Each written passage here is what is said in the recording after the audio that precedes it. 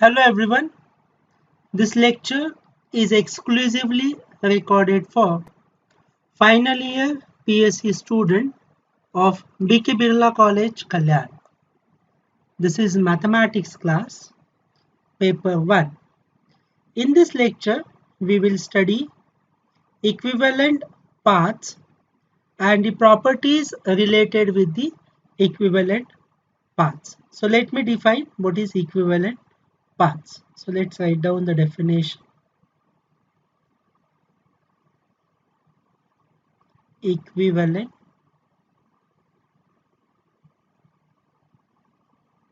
paths or curves. So let alpha is a function from closed interval a comma b to Rn is a continuous path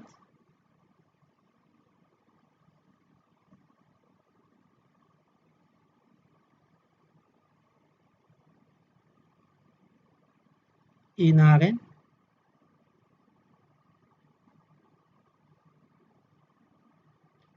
beta from closed interval c comma d to Rn is said to be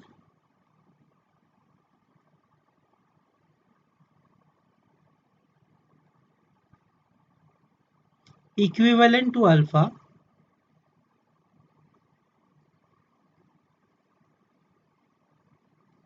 to alpha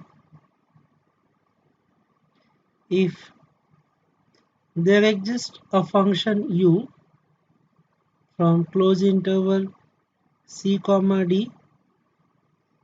to closed interval a comma b such that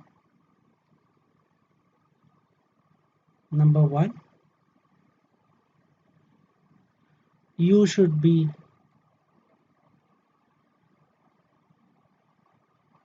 differentiable on closed interval c comma d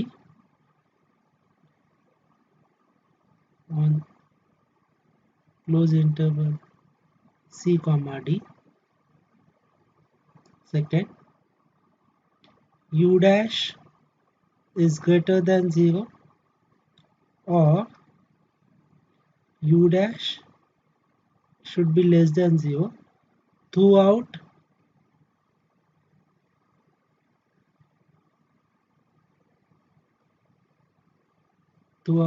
on closed interval c comma d.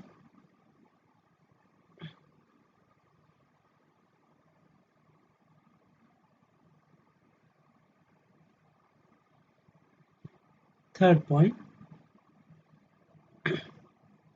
a range of u should be closed interval a comma b, and note that your beta is alpha composite with u. One should note that alpha and beta are different parametric representation of the same curve. So note that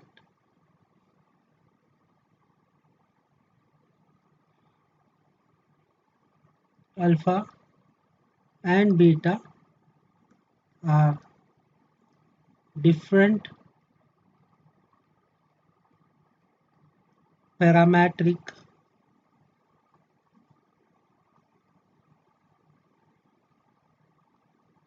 representation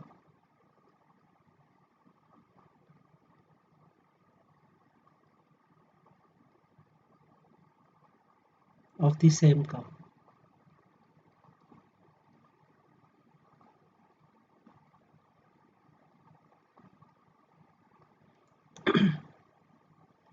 Next definition,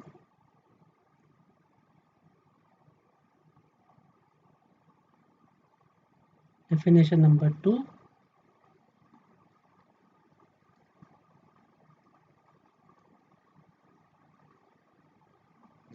So let C denotes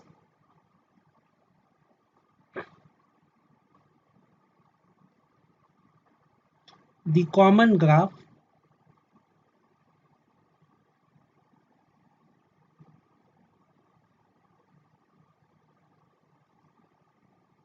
of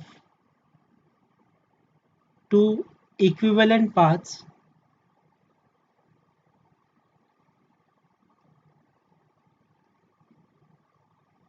or parametrization, you can say equivalent paths alpha and beta.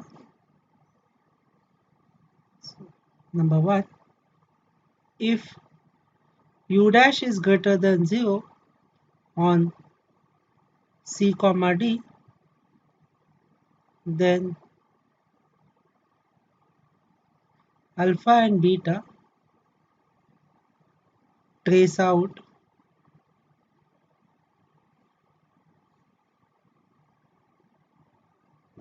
C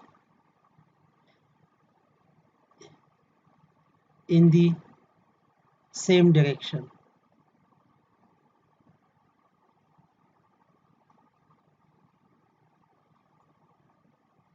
And is said to be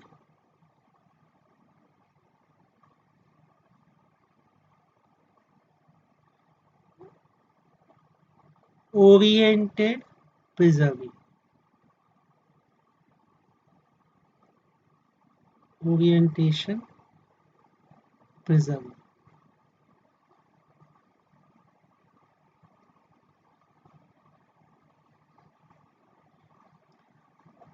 If u dash, note that u dash.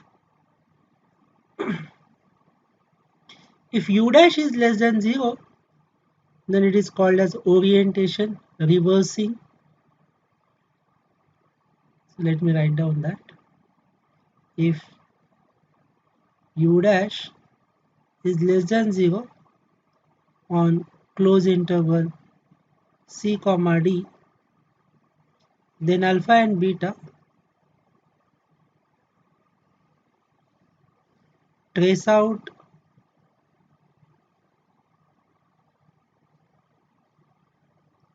C in the reverse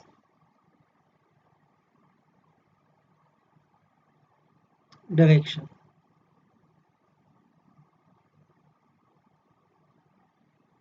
And it is said to be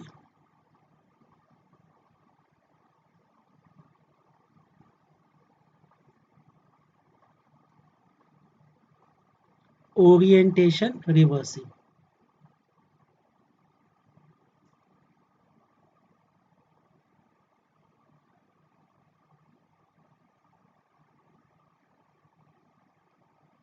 Okay, so there's one proposition which we will prove using this equivalent parametrization. So let me write down the proposition.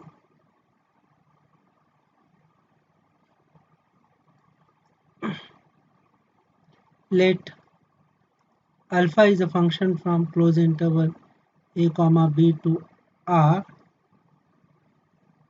Alright, so let me say a set U subset of Rn, and beta is also a function from C comma D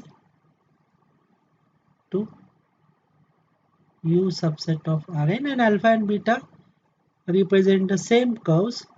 So basically alpha and beta are equivalent parametrization. The equivalent parametrization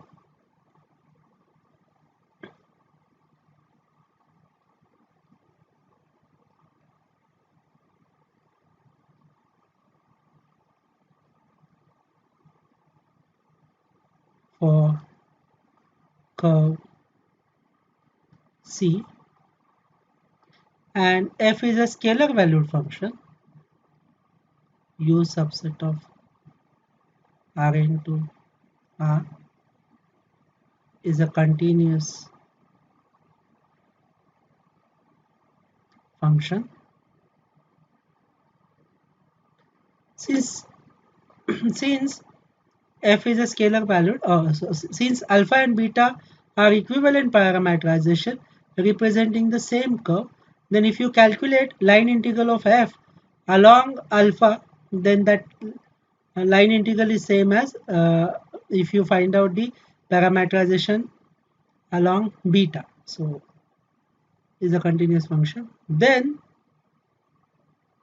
the result says that line integral of f over c d alpha, that means you are going along alpha, it is same as line integral of c f d beta. So if the parametrization are equivalent, then their line integral must matches. So this result we are going to prove. Of course, we will be using the very important fact that my alpha and beta are equivalent parametrization. So if they are equivalent, then we are going to use this three condition along with these three conditions, and along with beta is equal to alpha composite with u. This fact is going to be very important to prove this. So let's prove this.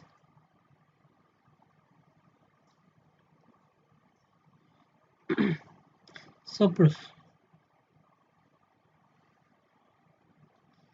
It's given that alpha and beta are equivalent parametrization. You can say paths of parametrization, they are one and the same.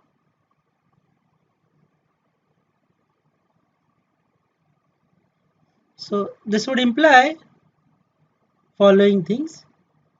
First, there exists a function u from closed interval a comma, u must be from c comma d to c comma d to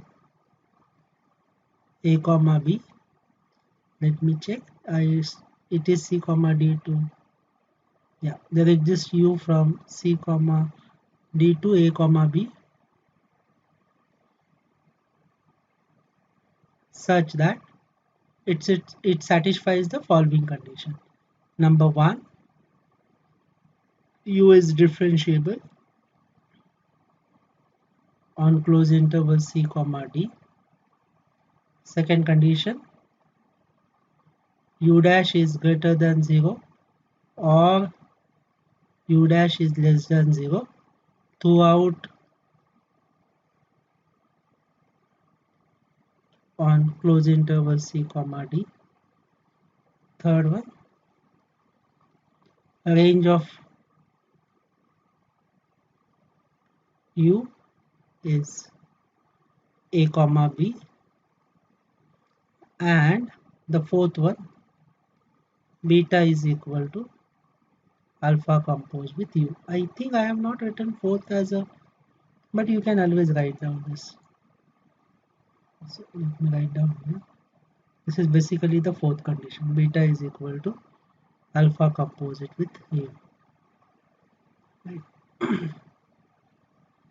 Okay, so now I need to show that this two line integral are same. Right. So what I'll do, I'll start with the LHS RHS, and I will show that it is same as this. So let's consider this. So consider line integral along C f d beta. I need to show that this is equivalent to line integral along over C f d alpha. So as per the definition of line integral, it is same as beta is a function from c comma d to Rn. So this says that line integral. So of course I should not confuse with the C. So this C is somewhat different C. So capital C, right?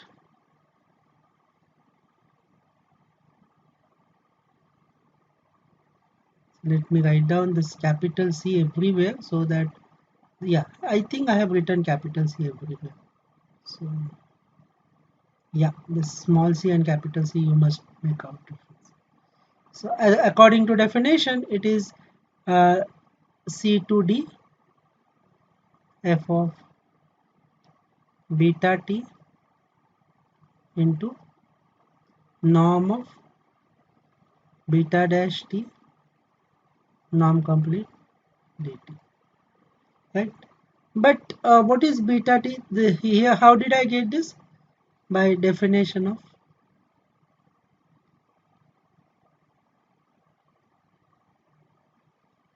line integral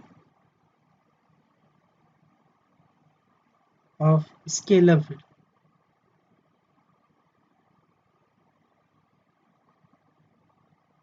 right? But this fourth says that beta is equal to alpha composed with u. So let me write down this. But beta t is same as alpha composed with u of t, which is same as alpha of u of t. So what will be the beta dash t? Because I need beta dash t here. So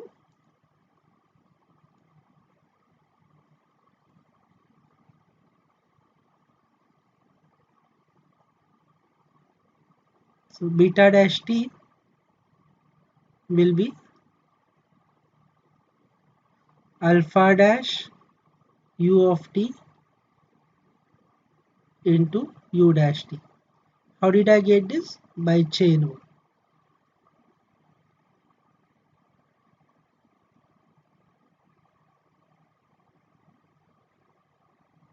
Okay, so let me use this fact in this. So what I'll get is as follows. So line integral along C f d beta is same as line integral from C to D. What is it? F of beta t. So I should say f of alpha of u of t, beta t instead of beta t I will use alpha u of t, norm beta dash t. So norm of alpha dash u of t into u dash t norm complete. But you remember that u is a scalar value, right? Because u goes from closed interval c comma d to a comma b. So it's a scalar valued function. So it's a scalar basically. And inside the norm, if you have a scalar, that scalar always come out with the modulus. So this is f of alpha u of t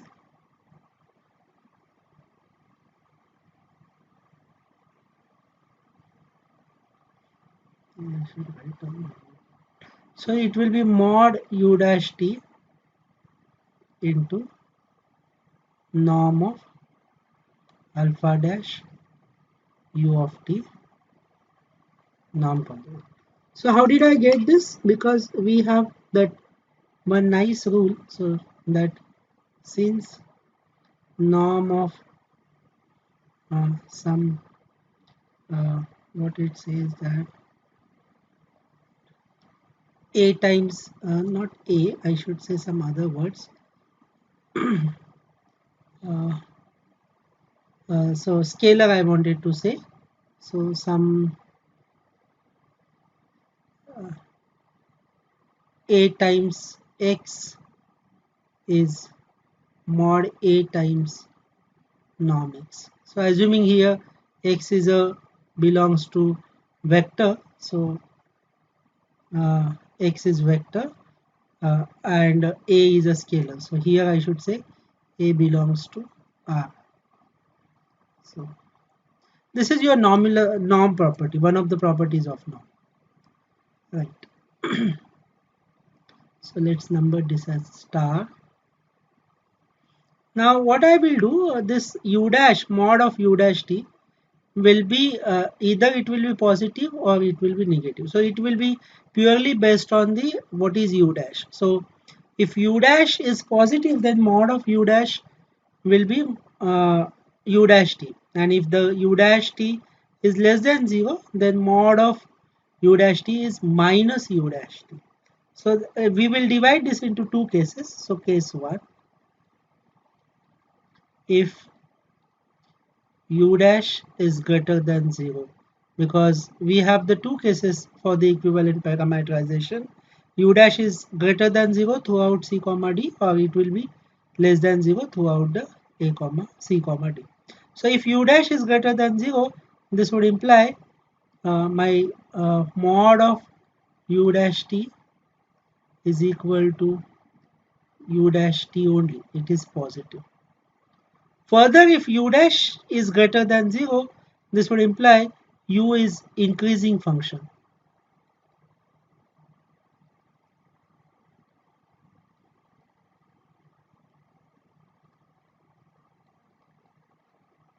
On close interval c comma d, because if the derivative is strictly positive, then the function has to be greater than 0. Now what I will do, I will use the change of variable formula in the star. So what the change of variable formula? So put u of t as v, then this would imply u dash t dt is equal to dv, right? And what will be when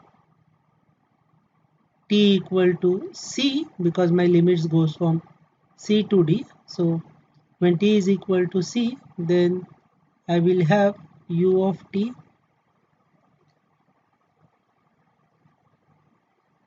u of c is equal to v. But since u is increasing function, so and the range of u is close interval a comma b, so it's very clear that if the range of u is a comma b and u is increasing function, so u of v must be then a. Similarly, when t is equal to d, so u of d is equal to v, but it is an increasing function, so u of d will be b, right? So from star, what I'll get is as follows: line integral along c f d beta is equal to integral c to d f of u of t into u dash t into, let me write down first modulus only, norm of alpha dash u of t into dt. Now let me use the change of variable formula. So c will be replaced by u of c, and u of c is a. D will be replaced by u of d, and u of d is b. F of u of t will be replaced by, because u of t is v, u dash t dt will be replaced by dv, and norm of alpha dash v, norm complete. Now you can see that this is by change of variable formula. By change of variable formula.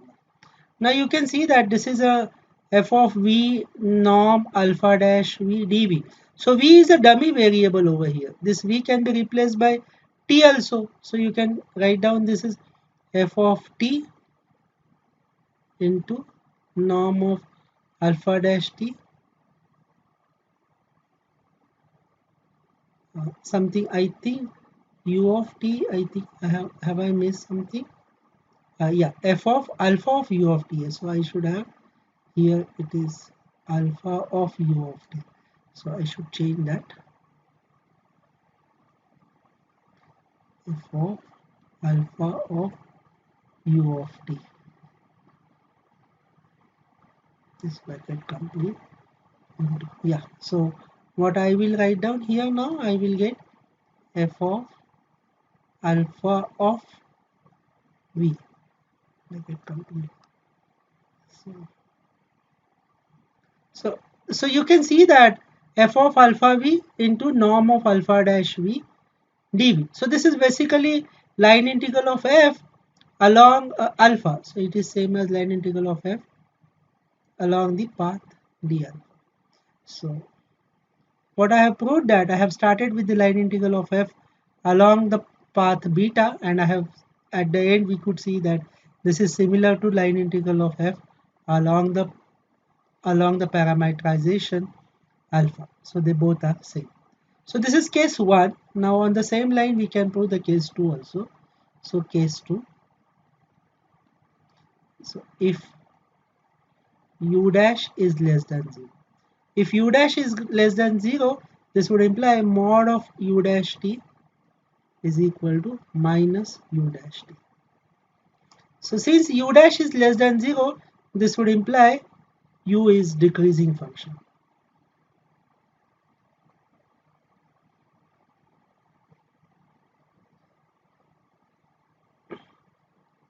On close interval c comma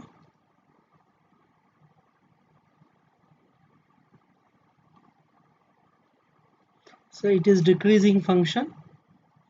Further, so how the star will be, let me write down from star. What I'll get is as follows. So from star, line integral along c f d beta is equal to line integral along c to d f of alpha of u of t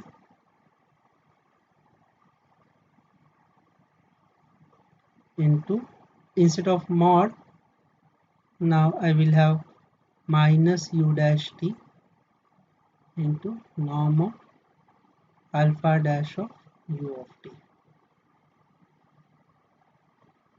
norm complete dt. Now again I'll be using change of variable formula. So put u of t is equal to some variable. So let's call it as x. So if I put u of t as x, then u dash t dt will be dx. Variable also I have to, limits also I need to check. So when t is equal to c, then x is equal to u of c.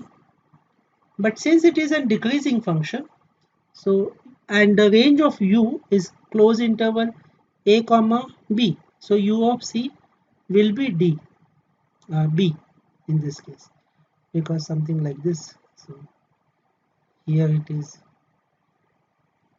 a, it is b, it is c, it is d. So it is decreasing function, means it will go like this. So u, and this is u something, so this will be u of c must be b, and here u of d must be a. This is what. And when t is equal to d, x will be u of d, which is equal to a. So how the integration becomes then? Line integral along c, the c must be capital, or you can have some fancy type c. F times d beta is equal to integration. So instead of c I will have b now, instead of d I will have a now, f of alpha x into this u dash t dt will be dx, u dash t dt will be now that I can write down here, minus dx I will have, and norm of alpha dash x, norm complete. Now I can get rid of this minus sign by reversing the limits. So this is a to b f of alpha x into norm of alpha dash x into dx.